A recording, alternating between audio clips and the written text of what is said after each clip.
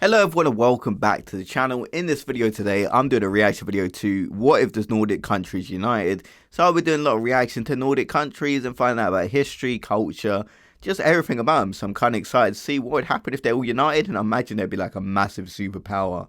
If that ever happened, we're going to find out why they can't unite, I guess, in this video, and what would happen if they did unite. So let's get right into it. Let's go. The Nordic countries are often regarded as being some of the best countries in the world in terms of human development, living standards, and economy strength. I've definitely heard they're like some of the most, the best places to live. They have like the highest rate of happiness, just crazy stuff like that. So I've definitely heard a lot of things stated in this video so far. This region comprises of 5 sovereign states: Denmark, Finland, Iceland, Norway, and Sweden.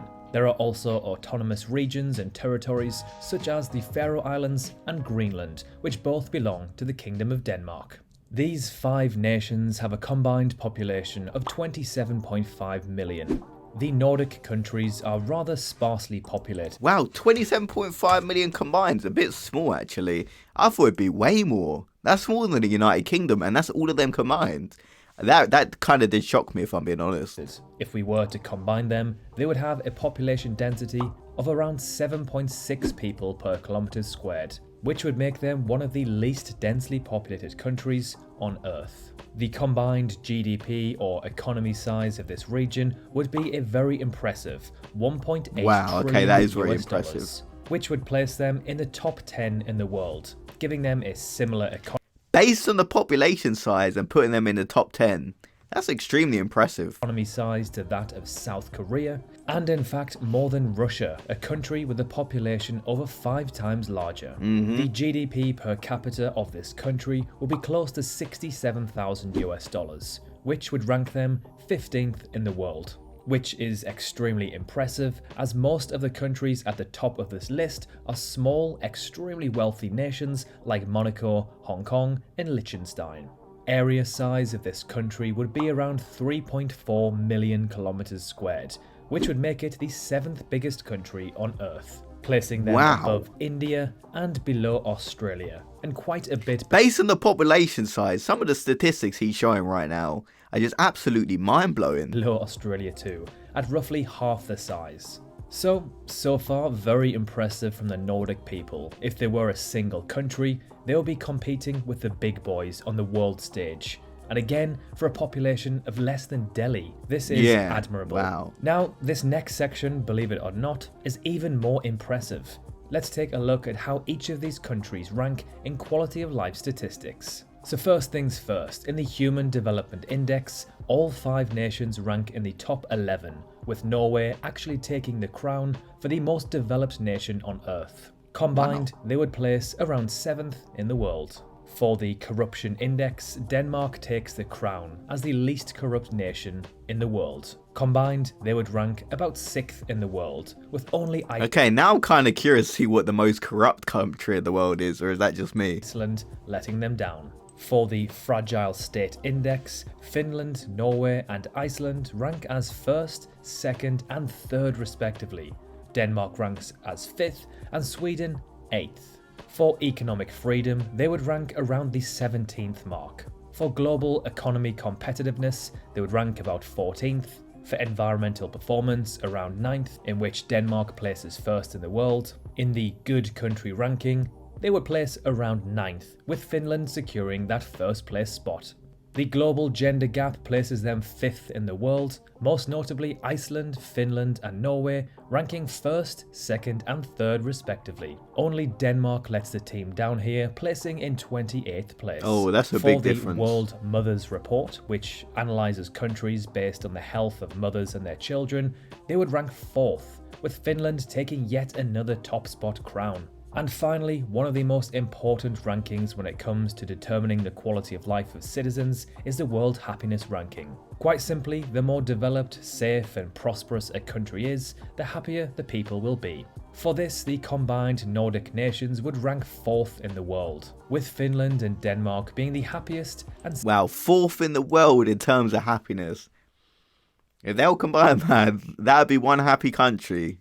second happiest nations respectively. When it comes to military personnel, there is one country who would be pulling its weight far more than other nations: Finland. The Nordic countries have a combined military size of 1.1 million personnel. Okay, I've done a recent reaction about Finland joining NATO, and they kind of touched on Finland's military. So yeah, I see where he's going from in this video. 900,000 of which would come from Finland. Iceland would give by far the least, as Iceland has no official military force. Oh. They are said to have just 130 personnel. However, Iceland is still part of NATO. Although it has no troops to offer, it has very valuable airspace, which would seriously aid NATO if war did break out across the planet. Oh, okay, that's useful, so enough stats for now. We can clearly see these nations are all extremely successful, and if they were to merge together, they would be an economical powerhouse, all whilst offering their citizens some of the highest living standards in the world. But how on earth have they achieved this?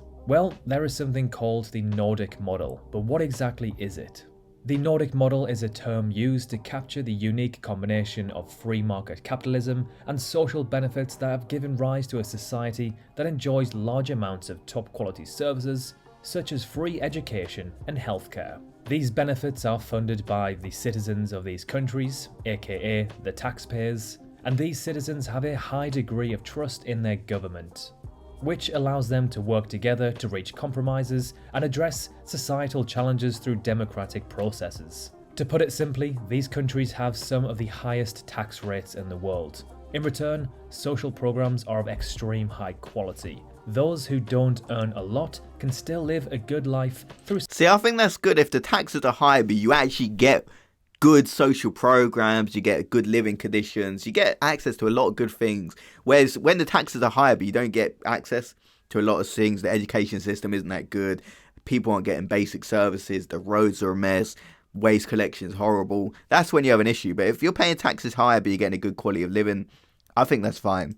Social programs. And those who earn a lot will usually have a pretty good life anyway. Whether you agree with this economic strategy is another thing, but objectively, these are some of the best countries in the world to live in terms of quality of life. Now, of course, this strategy is not perfect. There are flaws in this model, which these countries are now starting to experience.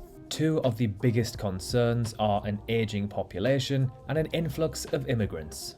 In terms of an aging population, a large base of young taxpayers and a small population of older residents receiving services is the ideal scenario. However, as the population balance shifts the other way, benefit reductions are a likely outcome. In terms of immigration, these countries attract a notable influx of newcomers seeking to enjoy the generous public benefits. Imagine you are from a developing nation that has been part of a decades-long civil war. Your education will likely have been severely hindered and you will most likely be very poor. Now imagine moving to a well-developed nation like one of the Nordic countries, which is extremely expensive, and not only that, you don't speak a single word of their language. The chances of securing a high-paying job to feed your children is very unlikely, meaning many of these immigrants will have to survive purely on the social programs offered by the government, which in terms of economic progress isn't ideal. If the Nordic countries did combine to become one super country, they would claim some very strategically important territories, land, air and sea. They would dominate parts of the North Sea, the Norwegian Sea, the Denmark Strait and North Atlantic Ocean, all the way up to the Arctic Ocean. Iceland and Greenland's territorial claim would combine together to create the perfect choke point in the North Atlantic, an invaluable asset to have if a world war was to break out. The newly created union would have rich oil and gas fields, 30% of all iron ore of Europe, 50% of all the forest resources in Europe, and 20% of all fresh water in Europe. It would be 20% of all fresh northern water powerhouse. Now, here's an interesting question. If this Nordic Union was to happen, where would its capital city be? The candidates would certainly be three existing capitals. In my mind, it would be Oslo, Stockholm, or Copenhagen. Helsinki is far too east and close to Russia, and Reykjavik is far too west and largely inaccessible. Copenhagen makes sense as it's just a stone's throw away from Sweden, although with Sweden being the biggest country of all these nations, perhaps they would want the capital to be within their borders. In this case, it could be Gothenburg or Stockholm. Let us know in the comments which Nordic city you think would make the best capital city. Another interesting question. I honestly don't know, but I like Stockholm from what I've seen, so I'll probably go with that one. But let me know what you think in the comments, because I'm kind of curious. Is what would the official language be of this union? The That's a good point Scandinavian as well. languages are very similar to each other already, so there are a few options for a common language. The main ones being English, due to the fact that most people, especially the younger population, speak English fluently across the Nordic countries.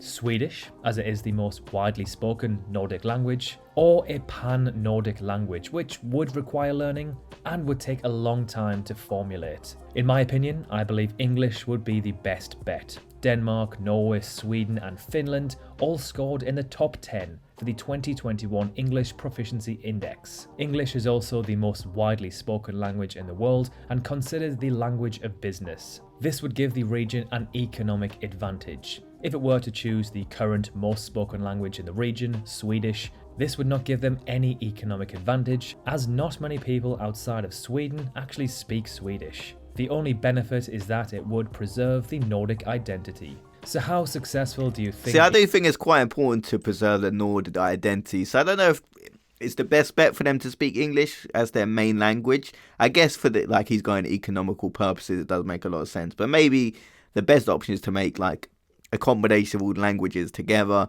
but learn English, because a lot of them in these Nordic countries do learn English anyway. So I guess have like one kind of combined language as the main language and have English for business. But let me know your thoughts in the comments below and let's finish the video. A united Nordic region will be.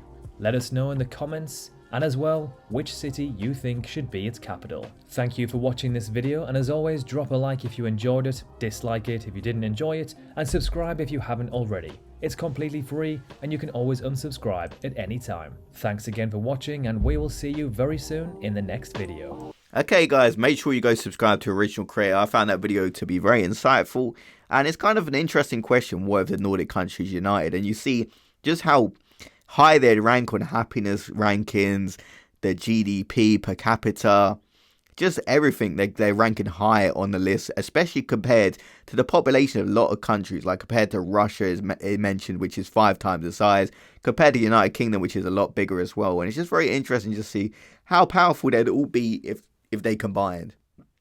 And I've learned a little bit about Finland's military in a NATO video, and I'll be doing a lot of reaction to Swedish culture, a little bit of Finland, but I kind of need to do more reaction to Norway. I think it'd be quite interesting, and some other countries. So if you guys want more reaction videos like this, let me know in the comment section below. And yeah, I definitely learned a lot from this, and I kind of like learn about something that I don't really know much about, which is before this video I didn't really know much about. So I'll see you guys in the next video, and have a great day, everyone.